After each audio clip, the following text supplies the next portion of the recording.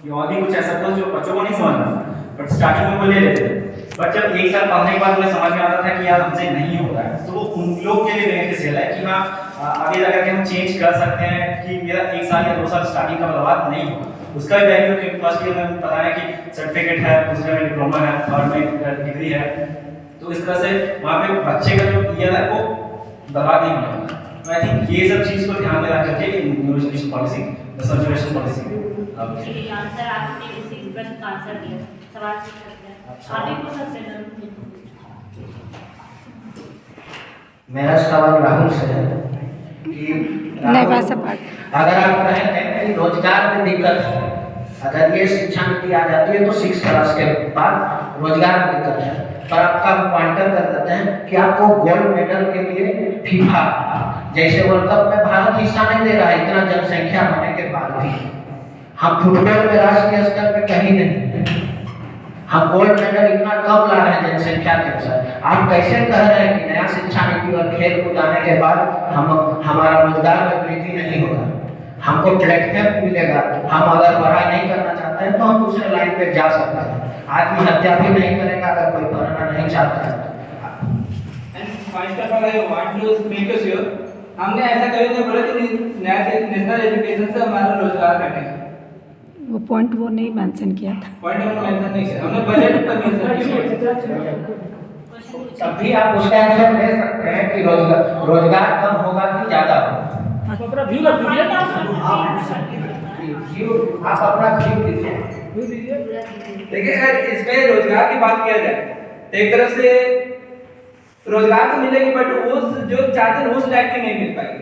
जैसे आप लोग देखते हैं कि वोकेशनल कोर्स क्लास 6 से प्रोवाइड किया गया है, अगर क्लास 6 में अगर हम कुछ स्किल सीख जाएंगे ना तो उसमें हमको रोजगार मिल जाएगा, एक बार लेवल उससे हम इंक्रीज नहीं कर पाएंगे, बिकॉज उसमें हम लोग सोचने समझने की क्षमता नहीं होती किसी की, और उसके बाद रोजगार मिल जाए क्लास 12 कंप्लीट करने के बाद हम पूरा एंगेज रहेंगे वर्क में, और हम उसके बाद हम कुछ बड़ा अचीव करना चाहेंगे तो वो प्रॉब्लम फेस कर पाएंगे।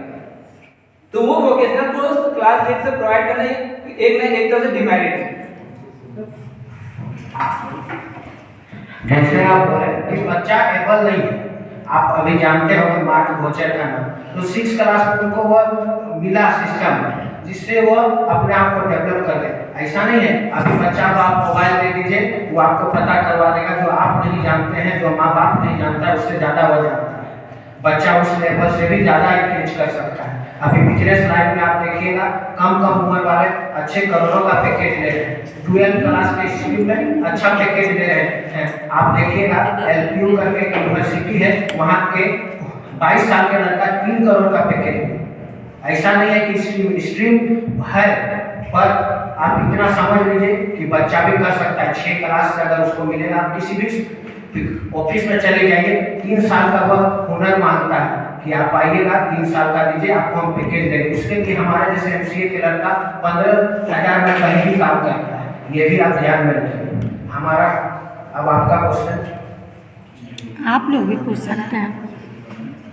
ये जो है इस शिक्षा नीति में त्रिभाषा का जो है प्रावधान किया है, तो क्या केरला का जो है बच्चा का वो बंगाल का वो पढ़ाई कर पाएगा?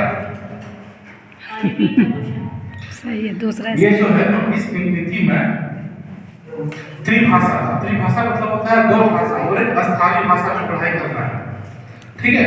तो अगर एक बच्चे का घर केरला है, किसी कारण से अगर वो चला गया पश्चिम बंगाल, तो क्या वो वहाँ पे पढ़ाई कर नहीं पाएगा? इसे बोलने का मकसद ये है कि जैसे लोकल लैंग्वेज को फोकस किया जाए प्राइमरी, हम सर फाउंडेशन में लोकल लैंग्वेज फोकस के मे भी हम साउथ से बिलोंग करते हैं, और वही हम ईस्ट में चले गए किसी कारणवश में, तो वहाँ में एजुकेशन दे पाएंगे, वहाँ तो प्रॉब्लम क्रिएट करेगा ना मेरे लिए। जैसे आप बोले कि राज्य के डेवलपमेंट अगर नीति अगर यहाँ पे अगर हिंदी बोला जाता है तो दूसरे जगह वहाँ तमिल बोला जाता है, तो यहाँ बंगाल बोला जाता है। इंग्लिश दिया गया है, आप शिक्षा नीति को अच्छे से पढ़िएगा, उसमें इंग्लिश हर जगह। आप क्षेत्रीय भाषा अगर हम गाँव के हैं, अगर हम ठट्ठा बोलना चाहते हैं तो क्या हम अपना भाषा को धीरे धीरे खत्म कर देंगे? क्यों भारत के संविधान में भाषाओं का वर्णन हम है भाषा हर भाषा को दर्पण की तरह कर सकते हैं। अगर हमारा क्षेत्रीय भाषा खत्म हो जाएगा तो हमारी मिट्टी खत्म हो जाएगी, ये हमें संविधान हक देता है। और इंग्लिश दिया गया है, जो संविधान बनाए हैं वो भी वैज्ञानिक थे, उनको ये पता है। वह 224 पेज के एक बार पढ़ लीजिएगा, इसमें ये मेंशन किया गया है कि इंग्लिश भाषा सब है। मैं और ये बोलना चाहता हूँ, जैसे कि उन्होंने क्वेश्चन किया कि अगर कोई बच्चा मान लीजिए वो अपने होम टाउन में केरला में बहुत देश में मूव कर जाता है, ठीक है, तो क्या वो उसको समझ में आएगा? ठीक है, तो ये हम लोग देखे हैं कि न्यू एजुकेशन मतलब नेशनल एजुकेशन पॉलिसी 2020 वाला है, इसमें क्या है कि ये स्टार्टिंग के स्टेज पे दिया गया है कि वहाँ पे उन्हें मदर लैंग्वेज या तो रीजनल लैंग्वेज सीखना पड़ेगा। ठीक है, तो कौन सा बच्चा ऐसा है जो कि 3 साल में ही उसको पूरा अपना मदर लैंग्वेज पूरा अच्छे से आ जाता है? वो अगर वहाँ कहीं शिफ्ट करता है तो वहाँ का लैंग्वेज भी तो बचपन से ही सीखता है, क्योंकि वो तो तभी स्टेज पे है, स्टेज तो उसका तो नहीं है ना, वहाँ पे तो सीख सकता है। ऐसा तो नहीं कि 3 साल में पूरा हिंदी में महारती हासिल कर लिया। ये जाएगा तो अगर डेफिनेटली अगर वो बंगाली में बोल रहा है टीचर लोग बंगाली में, तो वो भी कैच करेगा ना। तो आगे जाके ऐसा तो नहीं है कि अगर बंगाली उसको नहीं समझ में आएगा वो वहीं से